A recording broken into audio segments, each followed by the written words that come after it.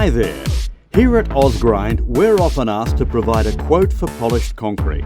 But did you know there are two different types of polished concrete and various finishes, all of which affect the look and price? The two main types of polished concrete are classed as either a grind and seal or a mechanically polished concrete, and we'll now take you through the main differences and advantages of each. With a grind and seal, we grind back the top of the concrete to show you as little or as much stone as you want to see, nil, minimum, random, or full exposure.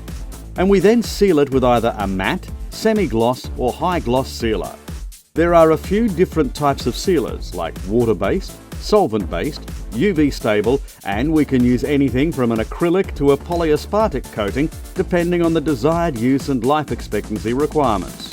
The grind and seal finish is great for indoors and outdoor areas, garage floors, cafes, offices, bars and shops, homes, driveways, etc.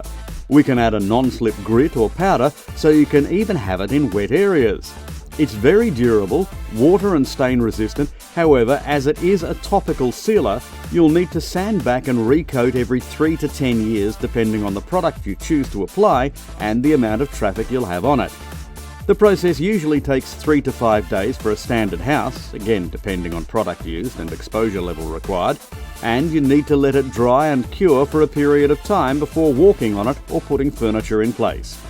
The grind and seal option is a more cost-effective solution than the mechanically polished up front, short term, but it works out more costly over the life of the floor as the coatings will continue to require reapplication of the top coat when scratching and scuffing occurs.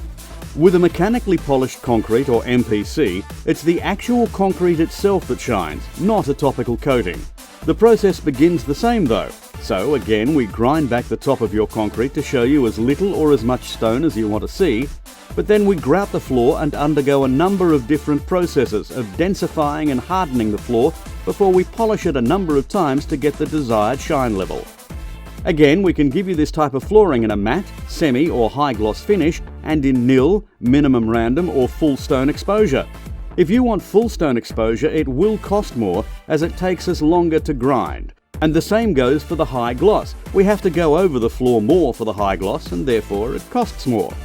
MPC is great for indoors, but we don't recommend it for outdoor areas as it can be slippery when wet and it doesn't like liquids to pool on the surface for extended periods of time. It's a very high-end finish that does cost a little more initially, but it saves you in the long run due to the fact that there's no sealer that sits on top of the concrete. It's the actual concrete itself that shines, so that means there's no coating that will scratch and wear over the years, so the upkeep is minimal.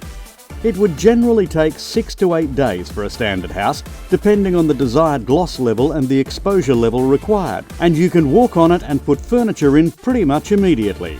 This type of polished concrete flooring is used in high-end homes and offices, shops, and is now popular in large spaces that need a durable floor like many popular big-name department stores.